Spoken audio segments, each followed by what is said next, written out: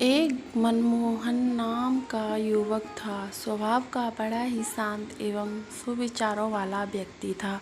उसका छोटा सा परिवार था जिसमें उसके माता पिता, पत्नी एवं 2 बच्चे थे। सभी से वो बेहद प्यार करता था। इसके अलावा वो कृष्ण भक्त था और सभी पर दया भाव रखता था। ज़रूरतमंद की सेवा करता था, किसी को दुख नहीं देता था। उसके इन्हीं गुणों के कारण श्री कृष्ण उससे बहुत प्रसन्न थे और सदैव उसके पास रहते थे। और मनमोहन अपने कृष्ण को देख भी सकता था और बातें भी करता था। इसके बावजूद उसने कभी ईश्वर से कुछ नहीं मांगा।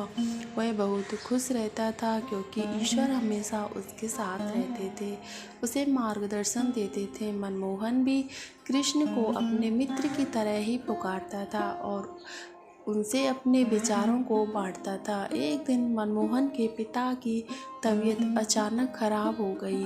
उन्हें अस्पताल में भर्ती किया गया।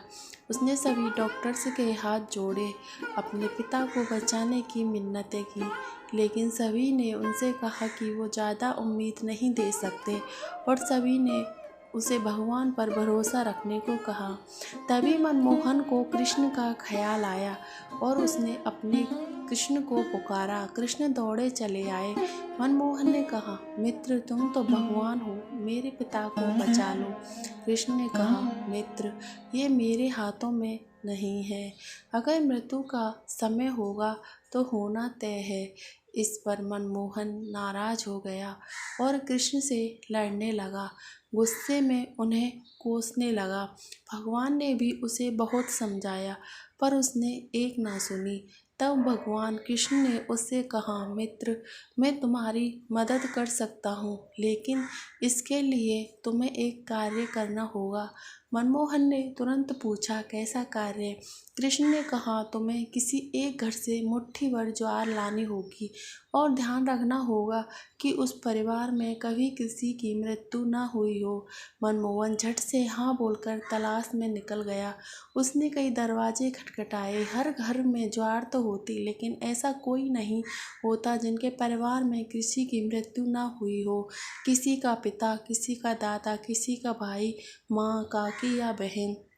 2 दिन तक भटकने के बाद भी मनमोहन को ऐसा एक भी घर नहीं मिला।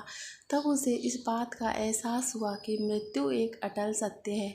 इसका सामना सभी को करना होता है, इससे कोई नहीं भाग सकता। और वो अपने व्यवहार के लिए कृष्ण से क्षमा मांगता और निर्णय लेता है जब तक उसके पिता जीवित हैं उनकी सेवा करेगा। थोड़े दिनों बाद मनमोहन के पिता स्वर्ग सिधार जाते हैं। उसे दुख होता है, लेकिन ईश्वर की दी हुई सीख के कारण उसका मन शांत रहता है।